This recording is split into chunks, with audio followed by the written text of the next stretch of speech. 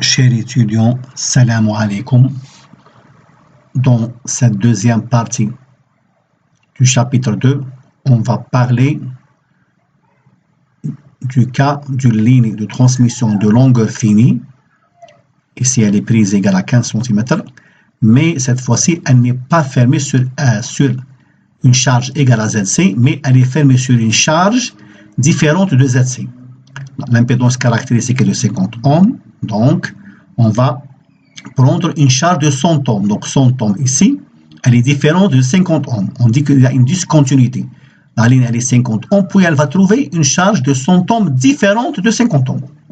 Donc l'impédance caractéristique, la charge, elle est différente, R, elle est différente de ZC. Donc on peut reprendre ce schéma-là, le même, mais en considérant que R égale à 100 ohms différent de ZC. Donc on est dans ce deuxième cas. Donc vous voyez bien. Donc nous avons la charge égale à 100 ohms. Donc l'onde V+, elle est égale à 10 volts. Et le courant I+, c'est 0,2 ampères. C'est-à-dire que on sait que V+ sur I+ égale à l'impédance caractéristique, égale à ZC.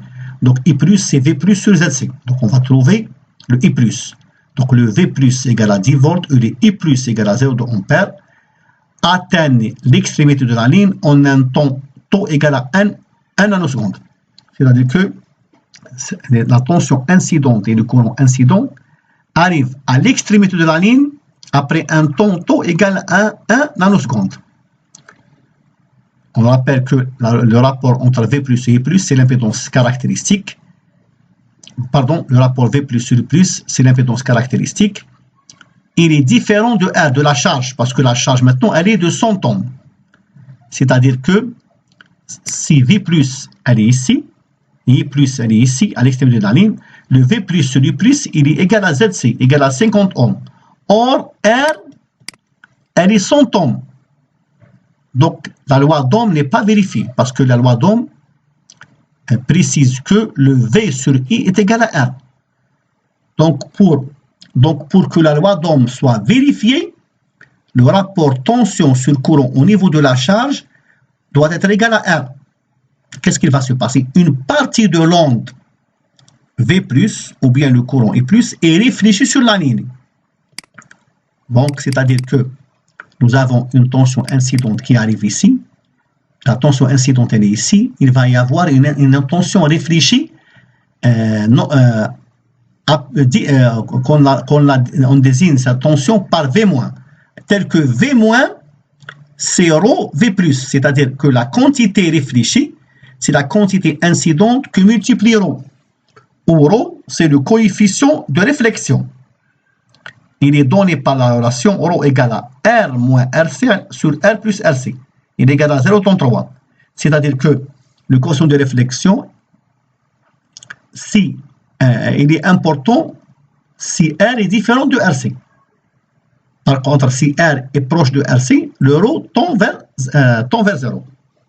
Pour R égale à RC, nous avons ρ égale à 0. C'est-à-dire, on va dire que si la charge est égale à ZC, le ρ égale à 0. Il n'y a pas de réflexion. Mais si R est différente de ZC, dans ce cas-là, on va avoir une coefficient de réflexion et on va avoir une onde réfléchie.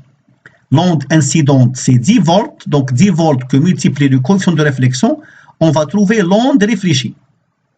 De la même manière, on peut trouver le courant réfléchi, qui est le courant incident fois le coefficient de réflexion ρ. Ici, nous avons ajouté un signe moins parce que le I- et le I+ ont deux sens différents. Et donc, on va trouver le I-. Donc, ce qui est important à retenir est que la tension au niveau de la charge n'est pas V+, et n'est pas V-.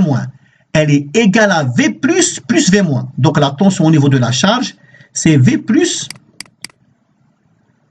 V- égale à 13,33. Et le courant au niveau de la charge, c'est I+, plus I-. Il est égal à 0,13 ampères. C'est-à-dire que nous avons un courant de 0,2 ampères. Uniquement 0,13 ampères va être transmis à la charge et l'autre quantité elle va être réfléchie. Donc, c'est le cas d'une ligne désadaptée. Très bien. Maintenant, on va calculer le rapport tension sur courant au niveau de la charge. Nous avons dit on va vérifier au niveau de la charge, la tension c'est V et le courant c'est I. La tension V, c'est la somme de la tension incidente plus la tension réfléchie. Donc, la tension n'est pas V plus uniquement et n'est pas V moins uniquement. C'est V plus plus V moins. Également, le courant au niveau de la charge, c'est I plus plus I moins. Nous avons le V plus plus V moins et le I plus plus I moins. Et nous trouvons que cette fois-ci-là, la loi d'Ohm est vérifiée. Très bien. Et donc, la loi d'Ohm est vérifiée. Très bien. Donc, à partir des équations précédentes, il est clair que la tension et le courant sur la ligne consistent en une superposition d'une onde incidente notée plus et une onde réfléchie notée moins. Ça, c'est le cas de la tension, ça, c'est le cas du courant. De telles ondes sont appelées ondes stationnaires. C'est-à-dire une onde stationnaire, c'est une onde qui résulte de la superposition de deux ondes. Lorsque ρ égale à 0, il n'y a pas une réflexion d'onde. Pour obtenir ρ égale à 0, la charge R doit être égale à l'impédance caractéristique de la ligne.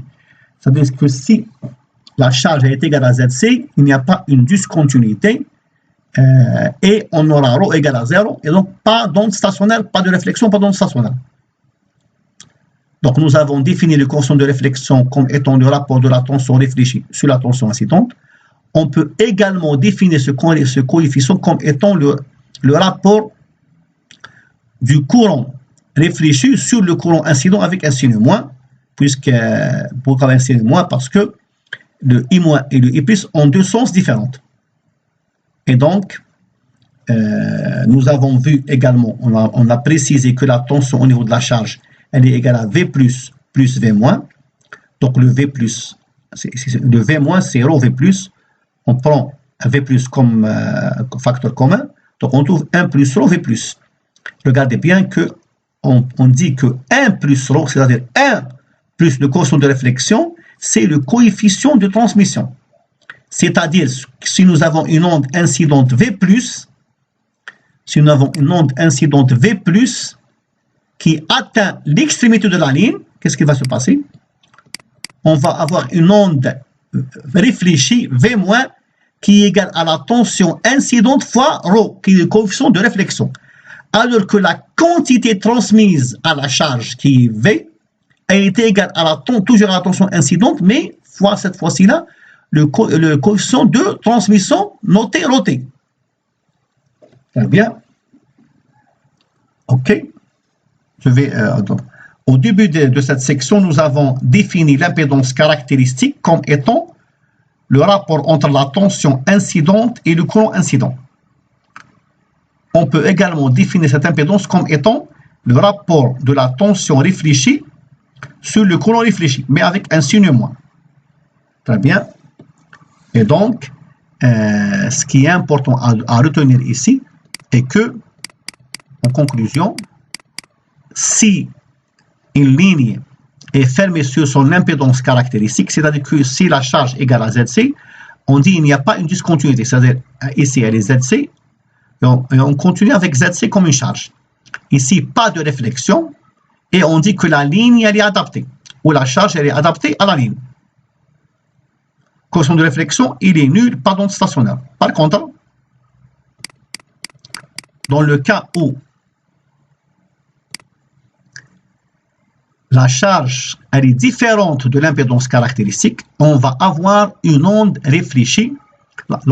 Une fois l'onde incidente atteint l'extrémité de la ligne, on va avoir une onde réfléchie, telle que l'onde réfléchie, la tension réfléchie, c'est la tension incidente qui multiplie ρ, où ρ est le coefficient de réflexion qui est déterminé, qui est facilement calculé à partir de cette expression-là. C'est la charge moins l'impédance caractéristique sur la charge plus l'impédance caractéristique.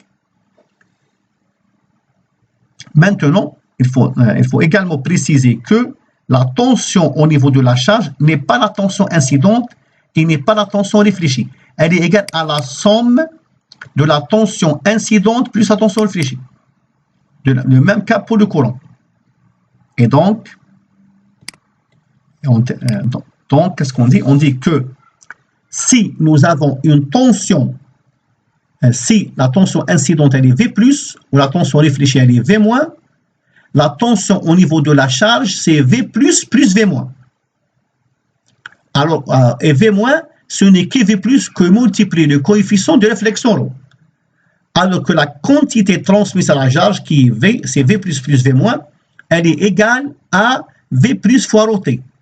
ρt, c'est 1 plus ρ. ρt, c'est le coefficient de transmission. C'est-à-dire, V plus atteint l'extrémité de la ligne, la quantité réfléchie, c'est ρv plus, en vert, et la quantité transmise à la charge, c'est ρtv plus. Ρ, c'est le coefficient de réflexion, et ρt, c'est le coefficient de transmission. Eh bien, ici, nous avons défini l'impédance caractéristique en fonction de V- et I- au lieu de V plus et I+. Donc, très bien. Et je vous remercie pour votre attention et bon courage. Assalamu alaikum wa rahmatullahi ta'ala wa barakatuhu.